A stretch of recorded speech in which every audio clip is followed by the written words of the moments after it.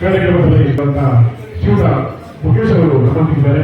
ಕಾರ್ಯಕ್ರಮದ ರೂಪುರೇಷೆಗಳ ಬಗ್ಗೆ ಸಂಕ್ಷಿಪ್ತವಾದ ಮಾಹಿತಿಯನ್ನು ಅವರು ಮಾಡಬೇಕಾಗಿ ವಿನಂತಿ. ಓಂ ಶ್ರೀ ಮಂಜುನಾಥ ಕ್ಷೇತ್ರದ ಆರಾಧ್ಯ ಮೂರ್ತಿ ಮಂಜುನಾಥ ಸ್ವಾಮಿಗಳು ಅಣ್ಣಪ್ಪ ಸ್ವಾಮಿ ಧರ್ಮದೇವತೆಗಳನ್ನು ಮನದಲ್ಲಿ ಕಾಣಿಸುತ್ತಾ ಈ ಊರಿನ ಎಲ್ಲ ದೇವರುಗಳ ಈ ದಿವಸ ಅಕ್ಟೋಬರ್ 2ರ ಗಾಂಧಿ ಜಯಂತಿ ಪ್ರಯುಕ್ತ ಮಂಡ್ಯ ಜಿಲ್ಲಾ ಮಟ್ಟದ ಗಾಂಧಿ ಸ್ಮೃತಿ ಮತ್ತು ನವಜೀವನ ಸಮಿತಿ ಸದಸ್ಯರ ಸಮಾವೇಶ ಕಾರ್ಯಕ್ರಮದಲ್ಲಿ ನಾವೆಲ್ಲರೂ ಉಪಸ್ಥಿತರಿದ್ದೇವೆ. ಈ ಕಾರ್ಯಕ್ರಮದಲ್ಲಿ ಉಪಸ್ಥಿತರಿದ್ದು ಕಾರ್ಯಕ್ರಮವನ್ನು ಉದ್ಘಾಟಿಸಿ ಈಗ ತಾನೇ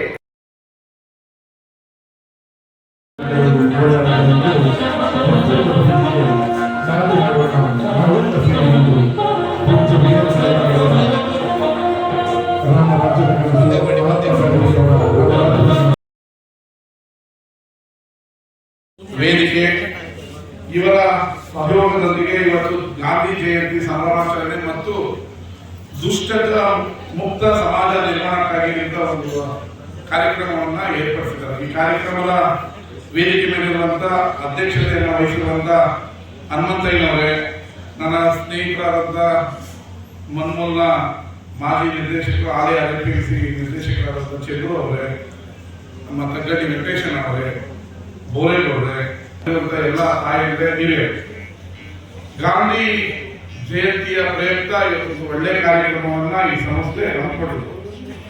ಗಾಂಧೀಜಿ ಅವತ್ತು ಹಳ್ಳಿಗಳಲ್ಲಿ ಜನ ಕುಡಿದು ಸಂಸಾರನ ಹಾಳು ಮಾಡ್ಕೊಳ್ತಾರೆ ಅಂತೇಳಿ ಹಳ್ಳಿಗಳಲ್ಲಿ ಕುಡಿತವನ್ನ ಬಿಡಿಸಬೇಕು, ಹಳ್ಳಿಗಳಲ್ಲಿ ಎಂಡ ಮಾಡಬಾರದು ಅನ್ನೋ ಒಂದು ನಿಯಮವನ್ನ ಮಾಡಿ ಇವತ್ತು ಅದಕ್ಕೆ ತದ್ವಿರುದ್ಧ ಆಗಿದೆ. ಹಳ್ಳಿಯ ಸಣ್ಣ ಸಣ್ಣ ಪಟ್ಟಣದ ಅಂಗಡಿಗಳಲ್ಲೂ ಇಲ್ಲಿಗಳಾಗಿ ಬಾಗಿಲು ಮಾರಲಾಗಿದೆ. ಇವತ್ತು ಈ ತರ ಎಷ್ಟೋ ಕಾರ್ಯಕ್ರಮಗಳು ಮಾಡಿದ್ರು ಕೂಡ ಜನ ಜಾಗೃತಿ ಆಗಲಿಲ್ಲ ಅಂದ್ರೆ ಯಾವ ಕಾರ್ಯಕ್ರಮ ಕೂಡ ಯಶಸ್ವಿ ಆಗಿಲ್ಲ. ಇವತ್ತು ಸರ್ಕಾರ ಸರಾಯಿ ಲಾಠಿ ಎಲ್ಲ ನಿಷೇಧ ಮಾಡಿದೆ. ಯಾಕೆಂದ್ರೆ ಬಡವರು ಅದನ್ನೆಲ್ಲ ಕುಡಿದು ಹಾಳಾಗ್ತದೆ, ಸಂಸಾರ ಆಗುತ್ತೆ.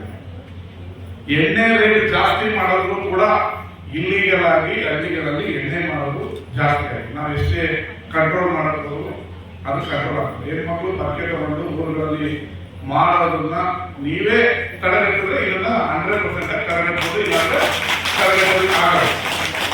ಇದು ವಾಸ್ತವಾಂಶ, ಇವತ್ತಿನ ಪರಿಸ್ಥಿತಿಯಲ್ಲಿ ವಾಸ್ತವಾಂಶ. 100-200 ರೂಪಾಯಿ ಕೂಲಿಗೆ ಕುಡಿದು 50 ರೂಪಾಯಿ ಎಣ್ಣೆಗೆ ಆಗ್ತದೆ. ಮಕ್ಕಳು ಓದ್ಸಕ್ಕಾಗಲ್ಲ, ಊಟ ಮಾಡೋಕ್ಕಾಗಲ್ಲ, ನಿಮ್ಗೆ ಕಷ್ಟ ಬಗೆಯಿದೆ. ಈ ಹಳ್ಳಿಗಳಲ್ಲಿ ನಾವು ಅದಕ್ಕೆ ಹೋಬಳಿಗೆ ಮಟ್ಟದಲ್ಲಿ ಮೊದಲೆಲ್ಲ ವಹಿಸ್ಕೊಳ್ತಿದ್ವಿ. ಈಗ ಮನೆ ಬಾಗಿಲಿಗೆ 4,000-3,000 ಜನ ಇದ್ದು ಕೊಡುವಂತ ವ್ಯವಸ್ಥೆಗಳು ಜಾಸ್ತಿ ಆಗಿದೆ.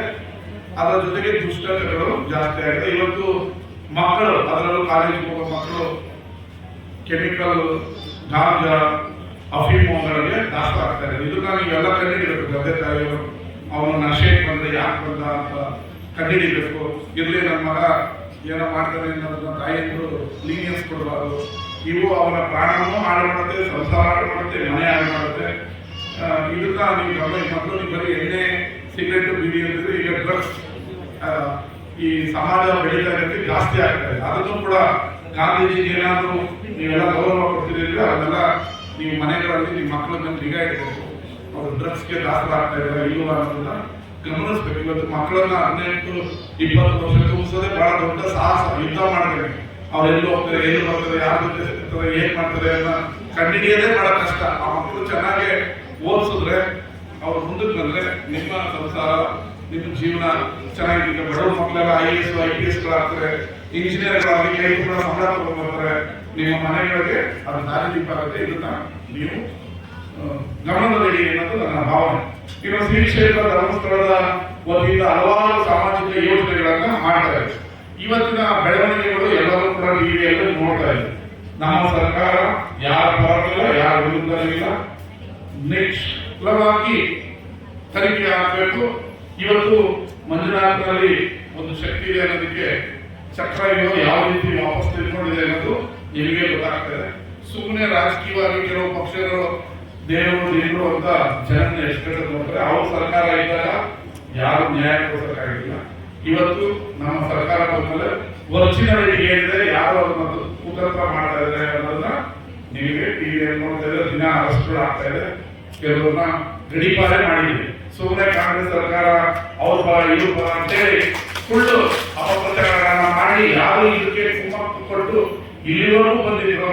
ಇವತ್ತು ಅಂತ ಮಹೇಶ್ ತಿಮ್ಮರೊಡೆ ಅವರು ಬಿಜೆಪಿಯ ಅಸೋಸಿಯೇಟ್, ಅವ್ನು ಬೆಳೆಯಕ್ಕೆ ಅವರೇ ಕಾರಣರಾಗಿ ಇವತ್ತು ನಿಷ್ಪಾಪ ತನಿಖೆ ಆಗಬೇಕು. ಸುಮ್ಮನೆ ಡ್ರಾಮಾ ಕ್ರಿಯೇಟ್ ಮಾಡೋದು, ಧರ್ಮಸ್ಥಳ ಚಲೋ ಇದರಿಂದ ಬಗೆಹರಿಯಲ್ಲ ಧರ್ಮಸ್ಥಳದ ಪ್ರಾಬ್ಲಮ್. ಒರಿಜಿನಲ್ ಬುಡದಲ್ಲಿ ಏನಿದೆ ಅನ್ನೋದನ್ನ ತನಿಖೆ ಮಾಡಿ ಈ ಹೆಸರನ್ನ ಗಾಯ ಆಗಿದಾಗ ಔಷಧಿ ಕೊಟ್ಟರೆ ಅದು ವಾಸಿ ಆಗುತ್ತೆ. ನಾನು ರಾಜಕೀಯಕ್ಕೋಸ್ಕರ ಸುಮ್ಮನೆ ಮಾತಾಡಿ ಜೈಕಾರ ಹಾಕೋದು, ನಾನು ಧರ್ಮಸ್ಥಳ ತರ ಇದರಿಂದ ಧರ್ಮ ಮಾಡೋದನ್ನ ಯಾರು ತೊಳೆಯಲಿಕ್ಕಾಗಲ್ಲ. ಇವತ್ತು ಸರ್ಕಾರ ಮತ್ತೆ SIT ಅದ್ರ ಹಿಂದೆ ಯಾರ್ಯಾರು ಏನೋ ಪಿತೂರಿ ಮಾಡಿದ್ರು ಅನ್ನೋದನ್ನ ಜೈಲಿಗೆ ಕಳಿಸೋದು, ಗಡಿಪಾರ ಮಾಡೋದ್ರಲ್ಲಿ ನ್ಯಾಯ ಸಿಗ್ತಾರೆ. ನಿಷ್ಪಕ್ಷಪಾತವಾಗಿ ಶೌಚಾಲಯಕ್ಕೂ ನ್ಯಾಯ ಸಿಗುತ್ತೆ, ಧರ್ಮಸ್ಥಳಕ್ಕೂ ನ್ಯಾಯ ಸಿಗುತ್ತೆ. ನಾವು ಎಲ್ಲರ ಪರ ಇದ್ದೀವಿ, ಬಡವರು ಪರ ಇದ್ದೀವಿ, ಹೆಣ್ಮಕ್ಳು ಪರ ಇದ್ದೀವಿ. ಕೇವಲ ಒಂದು ರಾಜಕೀಯ ಪಕ್ಷ ಓಟಿಗೋಸ್ಕರ ದೇವಸ್ಥಾನಗಳನ್ನ ಧರ್ಮಗಳನ್ನ ನಾವು ಮಿಸ್ಯೂಸ್ ಅಂದ್ರೆ ದುರುಪಯೋಗ ಪಡಿಸ್ಕೊತಾರ.